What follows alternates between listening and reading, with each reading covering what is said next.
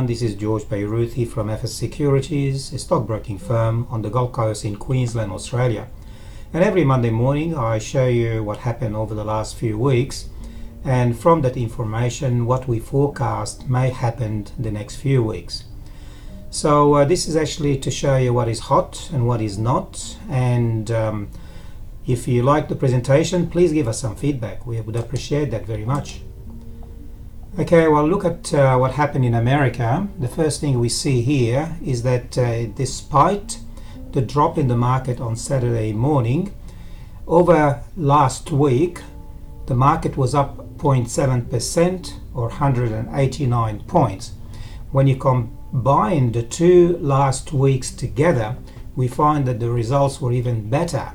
2.5% rise, 688 points rise for the Dow Jones, and the Nasdaq also for the last 2 weeks had 5% rise, and that was made up by 1.7% last week and the rest of course the week before. The S&P 500 was up 3% over the last 2 weeks. The US dollar over the last 2 weeks combined was almost steady, down 0.2%, and obviously straight away you can see that the Australian dollar versus the US was up slightly by 0.3%. In terms of commodities, gold over the last 2 weeks was up nearly $83 US per ounce, made up slightly by what happened last week, but most of it the week before, because of the spat between Iran and the United States. So over the last 2 weeks, gold was up by 5.6%. Silver had also a very good week last week, slightly rise, but over the last 2 weeks, 6.7%. West Texas crude oil was down 1.1% over the last 2 weeks, and that was major drop last week, but obviously the week before, because of the Iran to spat and its effect on the price of oil. Over the last 2 weeks the market was down 1.1%, major recovery of course. And if you look at soybeans, again the Chinese look like buying American soybeans. The market was up by 4.3% over the last 2 weeks. And by the way, if you're interested to trade any of these commodities, we trade them via CFDs, commodities for difference. All you have to do is talk to us. Okay, now in terms of our market, you can see lots of blue cells here. The only one that we've seen that gold dropped last week, as I explained before. Over the last 2 weeks, however, the gold sector was up by 10.7%. I don't believe the gold sector will continue to rise, and I can see a small decline this week because of what really happened. Of course, we can see that the downing of the Ukrainian aircraft may have had some effect on it, but I think that will probably calm down a few things, as Iran has not threatened the American any further, and America has also decided not to retaliate any further against Iran. So our market is made up to a greater extent by two major sectors, the financial and the materials. When both of these sectors are up, the market responds accordingly. And you can see here the financials were up 1.5% over the last 2 weeks, made up mainly by last week's rise after the calming down, and the materials continues to go higher thanks to the price of iron ore, and 2.4% rise. So you can see here that our gauge, made up by the ASX 200 index, was up by nearly 3% over the last 2 weeks. However, when you consider what happened last week, 2.9%, last 2 weeks ago, of course, the market was down because of the threat about what the spat between Iran and America may lead to with the price of oil, gold, and so on. So the market recovered quite substantially last week. However, because of what we expect the market this week will probably start to go down, we might see probably a retracement back. Other sectors, as you can see here, the best sector here in terms of rise, telecommunication was actually very good last week, 6% rise. The information technology, 3.7%, and consumer discretionary and energy were both up. In terms of the stocks, you can see here most of the stocks were actually higher last week. You're looking down this column here, we can see that Telstra was up by 7.2%, Wesfarmers nearly 5% rise, Woolworths 4% rise. The declines, AMP was down 2% last week and further drop 2 weeks ago. Also CIMIC, the old Leighton Holdings, down 1.7% last week, and the week before was even worse. Combining the 2 weeks together was have nearly 5% drop in CIMIC, which is the old Leighton Holdings. National Australia Bank was also down by 0.9% over the last 2 weeks. Okay, so we can see the good ones and the bad ones. The banks, I like to have a focus on the banks. ANZ was up 1.6% last week. CBA had a good week last week. NAB had a good week last week. However, the week before was actually bad. And Suncorp, good week last week. And Westpac, up again last week. Okay, in terms of the volume, we believe the volume has an important factor. You can see that the volume has still been lower, relatively speaking, to what happened before Christmas. The market has dropped because of the holidays, as you can see here, very low volume, and then started to climb, and then still below the 2 billion transactions per day, which still indicate low volume. So it could be for two reasons. Either people are still on holidays, or mainly because people are actually sitting on the sidelines waiting for further reaction from the overseas market. Advances or declines, last 2 days, Friday and Thursday, you can see despite the low volume, the advances exceeded the decline quite substantially. Looking week by week, we've had 2 good weeks where the advances were higher than the declines. So the market was actually starting to recover after the drop 3 weeks ago, before Christmas. Now looking at our mechanical system, based on various technical indicators, we look at the American market, we can see that the American market has been very strong over the last 3 weeks.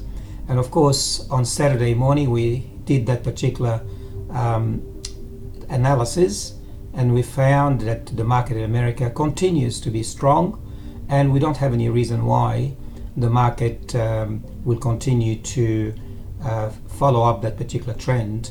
So we can see that we expect the market will still be strong. And by the way, on the 15th of this month, which is only a few days away, America and China are expected to sign the first phase of the trade deal, which may actually bring some positive momentum to the market. Gold, very good week 2 weeks ago, and we can see on Saturday the indicators are saying that there is a bit of weakness. The investor is still very strong, but remember, the investor is based on indicators that take a long time to materialize because it's based on monthly and weekly, while the very aggressive trader is based on daily trends and indicators, and still continues to be strong. The crude oil So now we've gone into bearish area, and it could possibly indicate that we can actually trade on the downside Santos and Woodside Petroleum and other oil stocks. The Australian dollar had a bearish week last week, and you can see that we've turned from bullish to two bullish transactions here for the aggressive trader and the very aggressive trader. That's 2 weeks ago, and on Saturday morning the market is telling us we are on a bearish, slightly bearish momentum for the very aggressive trader. But if you are a long-term investor, you actually sit on the sideline because it's neutral. Okay, looking at the charts, the American market here, even though on Friday the market dropped, that's the weekly and that's the daily. As you can see here, the daily on Friday dropped. The market continues to be in a very strong momentum. Stochastic, strong momentum, positive. Parabolic stop and reverse, strong momentum, positive.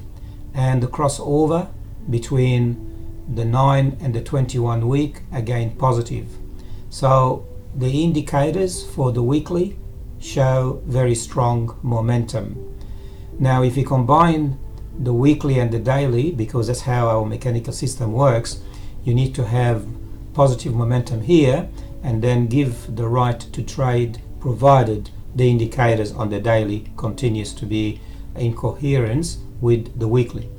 Well, the parabolic stop and reverse still positive. The stochastic slightly positive. It had a major drop, but then it recovered. And the 9-day over the 21-day, that's still positive. We have a red candle, but we still can see that the market may drop today, but then we're still in a positive momentum. Now if you look at our indicators for our sectors, you can see for the very aggressive trader it's all bullish. The financial gone from bearish to bullish, that's at the end of the week last week, but that's only for the very aggressive trader. Materials is the one that we should really focus on. We're very strong in terms of the commodities, especially commodity like iron ore price, which continues to be high. Telecommunication, again, it shows very strong bullish. Could that be because Telstra is likely to show the dividends in a few weeks' time? And of course, if you are a Telstra owner of the shares, you want to hold on so you can get the dividends, and maybe you want to sell after the dividends X date. Okay, now look at the chart, the weekly chart. We had a very good week last week after a drop the week before. So really we actually reached an all-time high. You can see here, this is actually the closing price, all-time high. We might see a reversal this today, Monday, but still we are very strong. We had 6 green candles out of 7. A retracement back, very possible this week, especially in the beginning of the week. Look at our mechanical system. Again, on Saturday we can see that most of our stocks are strong with the exception of CIMIC, and NAB continues to be a bit doubtful, but the very strong one, BHP, CBA, Macquarie Bank, QBE, Rio and Santos. Today will be a reversal of the market because the futures are showing a drop of 52 points at the start of trading. That may even show you an opportunity to add on to your stocks or buy new stocks with new trades.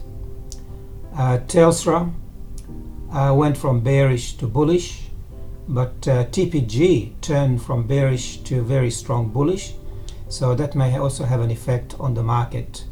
That may be also because of the ACCC decision, perhaps supporting the merger between Vodafone and TPG.